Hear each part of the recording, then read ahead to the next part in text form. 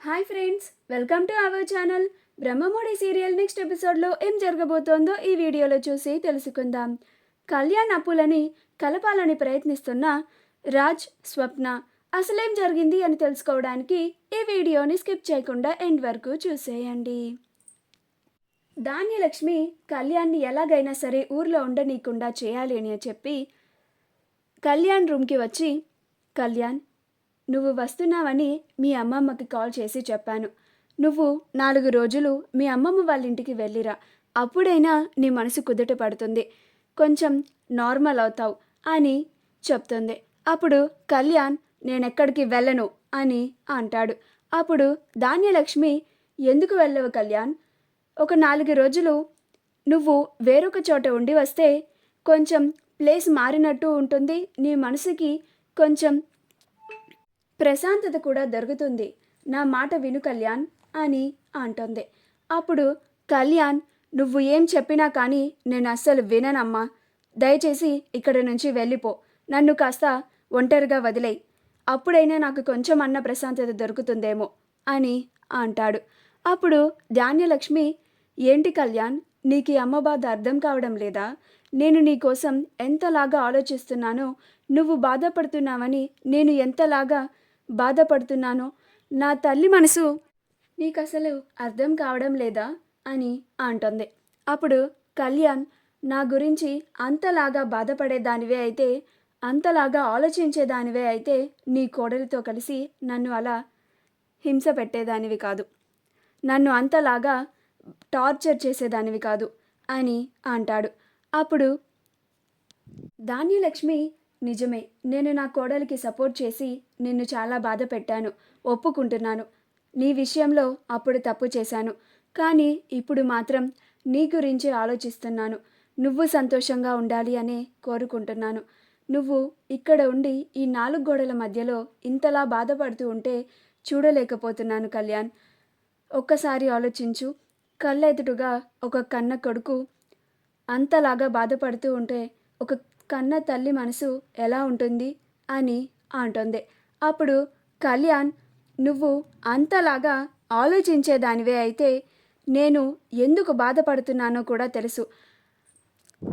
ఎందుకు పదే పదే అప్పుని అన్ని మాటలు అని నిందిస్తున్నావు? ఇప్పుడు నీ కారణంగా, కేవలం నీ కారణంగానే నేను నా స్నేహితురాలి పెళ్ళికి కూడా వెళ్ళలేని పరిస్థితిని తీసుకొచ్చావు నువ్వు అని అంటాడు. అప్పుడు ధాన్యలక్ష్మి, నువ్వు అప్పు గురించి మాత్రం మన మధ్యలో తీసుకురాకు కళ్యాణ్ అని అంటోంది. అప్పుడు కళ్యాణ్, ఎందుకు తీసుకురాకూడదమ్మా? నీ వల్లే అప్పు చాలా అవమానాలు పడింది.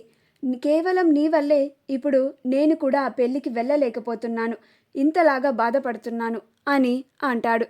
అప్పుడు ధాన్యలక్ష్మి, నువ్వు రేపు ఆ పెళ్ళికి వెళ్ళి ఉద్ధరించేది ఏమీ లేదులే, కానీ నా మాట విని రేపు అమ్మమ్మ వాళ్ళ ఇంటికి వెళ్ళు అని అంటుంది. అప్పుడు కళ్యాణ్, నీకెన్నిసార్లు చెప్పాలమ్మా, నాకు ఎక్కడికి వెళ్ళడం ఇష్టం లేదు అని? నేను ఇంట్లోనే ఉంటాను. నీ భయం నాకు అర్థమైంది. నేను రేపు అప్పు పెళ్ళికి రాను, ఎలాంటి పరిస్థితుల్లో కూడా ఇంటి గడప దాటను, సరేనా? ఇక నుంచైనా ప్రశాంతంగా ఉంటావా అని అంటాడు. అప్పుడు ధాన్యలక్ష్మి, కళ్యాణ్ ఇంకా ఆ మాట అన్నాడు అని అక్కడి నుంచి ఒక్క మాట కూడా మాట్లాడకుండా వెళ్ళిపోతుంది. కళ్యాణ్ అప్పు శుభలేఖని ముక్కలు ముక్కలుగా ధాన్యలక్ష్మి చించేసింది అని చాలా బాధపడుతూ ఉంటాడు. ఇదంతా రుద్రాణి ఒక చాటు నుంచి చూస్తూ వింటూ ఉంటుంది. ధాన్యలక్ష్మి ఎంత చెప్పినా కళ్యాణ్ వినకపోవడంతో, కళ్యాణ్ ఊర్లోనే ఉంటే ఎలాగా, ప్లాన్ ఫ్లాప్ అయిందే అని అనుకుంటూ ఉంటుంది. కానీ ఎలాగైనా సరే రేపు కళ్యాణ్ని పెళ్ళి దగ్గరికి మాత్రం అస్సలు రానివ్వకూడదు. మన జాగ్రత్తలో మనం ఉంటే మనకే మంచిది. ఏమాత్రం అజాగ్రత్తగా ఉన్న ఆ కావ్య కళ్యాణ్ని అప్పులని కలిపేస్తుంది. అప్పుడు ముగ్గురు అక్క చెల్లెలు వచ్చి నా నెత్తన కూర్చుంటారు అని అనుకుంటూ ఉంటుంది. మరుసటి రోజు అందరూ అప్పు పెళ్ళికి వెళ్ళడానికి రెడీ అవుతారు. కావ్య, స్వప్నలు ముందుగానే రెడీ అయ్యి పెళ్లి మండపం దగ్గరికి చేరుకుంటారు. కావ్య, స్వప్నలు ఇద్దరు దగ్గరుండి అన్ని ఏర్పాట్లని చూసుకుంటూ ఉంటారు. కనకం, మూర్తిలు అందరినీ రిసీవ్ చేసుకోవడంలో బిజీగా ఉంటారు. కావ్య, స్వప్నలు ఇద్దరు మండపం దగ్గర అన్నీ ఉన్నాయా లేదా అని చూసుకుంటూ ఉంటారు. అప్పుడు కావ్య, అక్క, ఇక్కడ అన్నీ నేను చూసుకుంటాను, నువ్వు అప్పు దగ్గరికి వెళ్ళు, దానికి తోడుగా ఉండు అని చెప్తుంది.